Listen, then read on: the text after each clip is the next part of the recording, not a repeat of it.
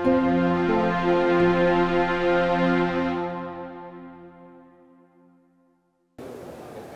at PDAC 2025. I'm Jack Bensimon, Managing Partner, Excellent Securities and Investments Corp. With us today is Mišković, the CEO of Terra Balcanica. Welcome to the Good morning, podcast. Jack. Thanks for coming. Good to be here. So we're here at PDAC 2025. You're a geologist by trade, 22 years in the business, lots of experience. What exactly does your firm do in simple, plain language? For sure. We are a junior Canadian explorer. We explore on both sides of the Atlantic Ocean, namely in good old Saskatchewan in Canada, where we have a portfolio of 600 square kilometers of highly prospective uranium properties surrounding Athabasca Basin. But the company really started by focusing on the European critical metals and assets.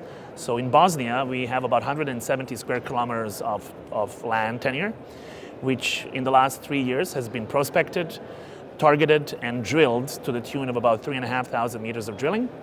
Our primary assets in Bosnia are focused on silver, antimony, lead, zinc, and gold. So it's really a polymetallic asset, along the side of a continent that's badly starved for resources and the industrial center of Europe, which is. So this notion of being a polymetallic explorer, how does that distinguish yourself from other types of companies? Well, there are other companies who also explore for multiple different metals. The fact that Terra Balcanica is a polymetallic is not by choice. It's really the fact that nature gives us all of that in the Balkans. It simply does.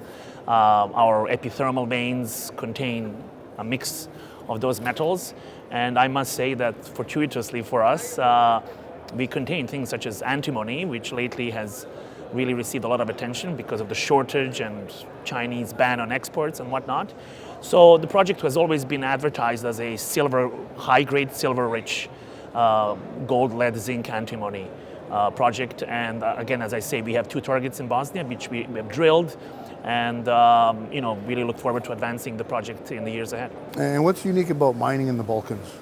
It's a highly well-endowed area. So given the relatively small size of the land over there, I'm not talking Siberia or Russia or states or northern Canada, when you actually take all the ounces of gold and all the pounds of copper ever extracted from that part of Europe and divided by the square kilometers of the Western Balkans, I would dare to say that the area is as well endowed as Chile, Nevada, Arizona, Yukon, Ontario, northern territories of Australia or Western Australia. So very, very well geologically endowed area of the world.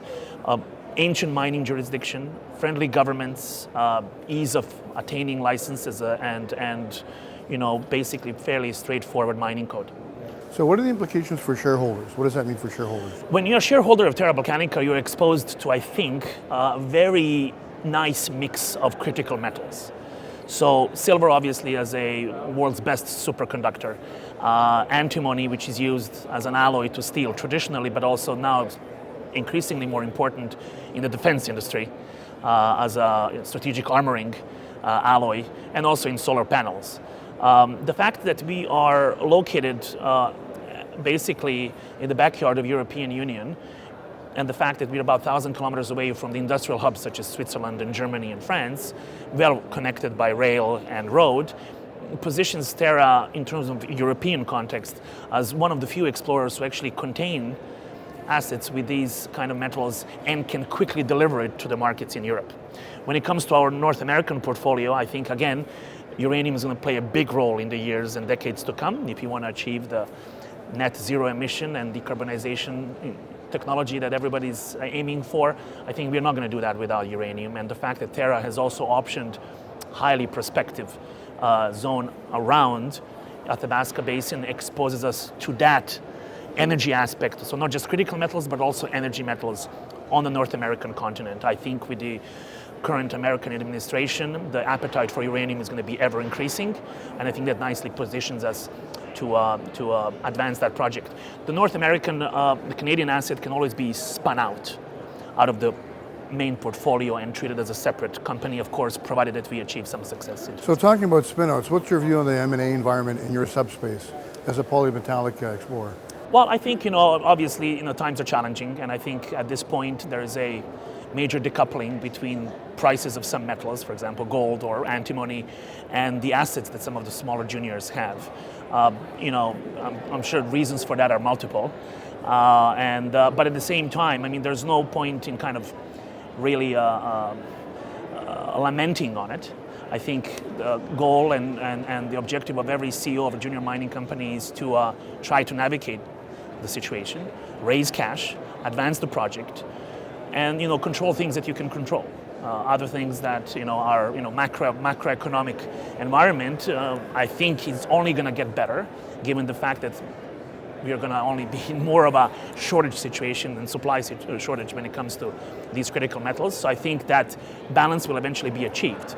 Our philosophy is to advance these assets on both sides of the Atlantic by applying a robust geoscience, detailed geochemical, geophysical approach, boots on the ground, define the targets and quickly drill it.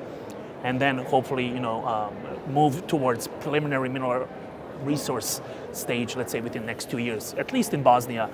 Right. Canadian uranium story is a bit more. So it sounds like the price for gold doesn't really impact the enterprise value of your company, more so silver. Is that fair? Correct, silver, which has seen steady increase in the last 2 years. Some people last year were projecting even $50 an ounce. Obviously, it didn't happen, but I think we have now certainly reached the next level. This antimony thing that kind of really came from the left field for us is something that we're certainly going to take a full advantage of. I mean, when you actually look at the ratio and proportion of metals in our polymetallic asset in Bosnia, you can argue that it's actually antimony silver rich property. And of course, the recent increase in price, the demand for it, which doesn't seem to be sort of a short-term thing. I have a feeling that it's going to last.